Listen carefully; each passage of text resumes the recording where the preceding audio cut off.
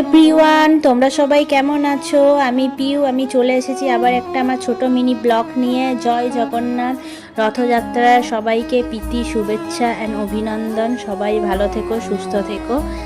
আজ দেখো, আজ আমার উইক অফ ছিল ভগবানের আশীর্বাদে। আজকের দিনেই আমার উইক অফ পড়েছে। সারাদিন দেখো আমি কী করলাম। আজ তো একটা স্পেশাল ডিশ বানিয়েছিলাম। ভগবান কাল থেকেই আমাকে শুধু গজা দেখাচ্ছিল। আমি জানি আমার গপলু যখন খেতে ইচ্ছা করে না যে জিনিসটা, সেই জিনিসটা ও না খুব দেখায়। তো আমি ভেবেছিলাম যে আজকে একবার ট্রাই করব। কোনো দিন এরকম ট্রাই করিনি, আজকে ফার্স্ট টাইম আমি ট্রাই করেছি। তো দেখছি সত্যি ভগবানের নাম করে আর ভগবানের কৃপাতে এত সুন্দর জিভে গজা বানিয়েছি আমি, আর এত টেস্টি হয়েছে যে মানে ভগবানও হয়তো ইমপ্রেস হয়ে গেছে। তার জন্যে জানো, আজকে আরেকটাও ভালো ঘটনা ঘটেছে আমার সাথে। আমি আজকে বিকালবেলা মার্কেট করতে গিয়েছিলাম আর আমার গবলুর জন্য জিলেপি আনতে গিয়েছিলাম, যেহেতু আজকে রথ।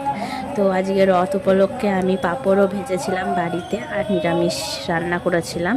তো এই জন্যেই যখন আমরা বাইরে বেরিয়েছি, তো তারপরে দেখছি যে হঠাৎ রথ আসছে।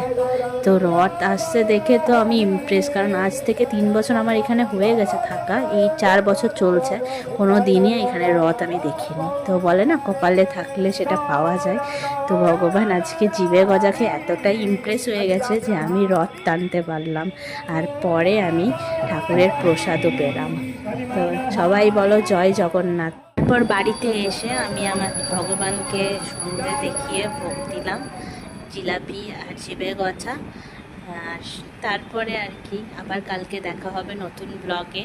ভালো থেকো সবাই, আর tata, bye bye, good night.